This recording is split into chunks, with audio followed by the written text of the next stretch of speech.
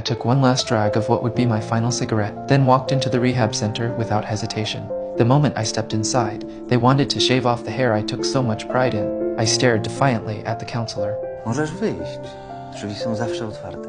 Knowing this place never locked its doors, what kept us here wasn't bars or walls, but our own determination to get clean, along with strict rules we had to follow. My first night was pure hell, with withdrawal hitting me in waves of agony. Every time I thought I couldn't take another second, I'd pull out my girlfriend's photo.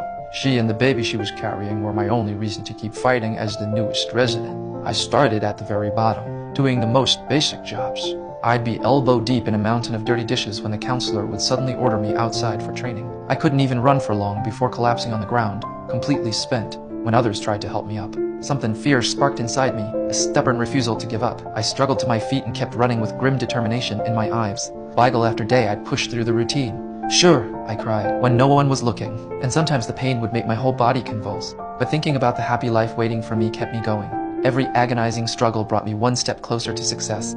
After a full year, my sickly body had transformed and regained its strength. My good behavior earned me a referral to work at the local swimming facility, where the manager was impressed with my work ethic.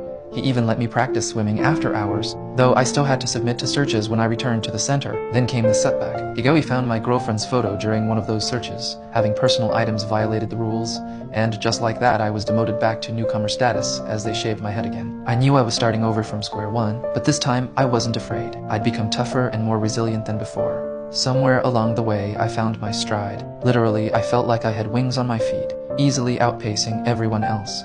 I traded with a homeless guy for an old bicycle and rediscovered my love for cycling. I'd spend hours swimming freely in the lake, savoring those precious moments that belonged to me alone. On my way back from one of those lake sessions, I spotted a sign for a bicycle race.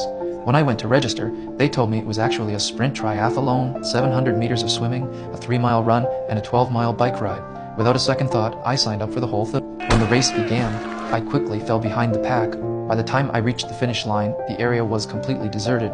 I dropped to my knees, exhausted, dead, last in the field. But in that moment, I felt a joy I'd never experienced before. I had finally conquered my demons and accomplished something I'd once thought impossible.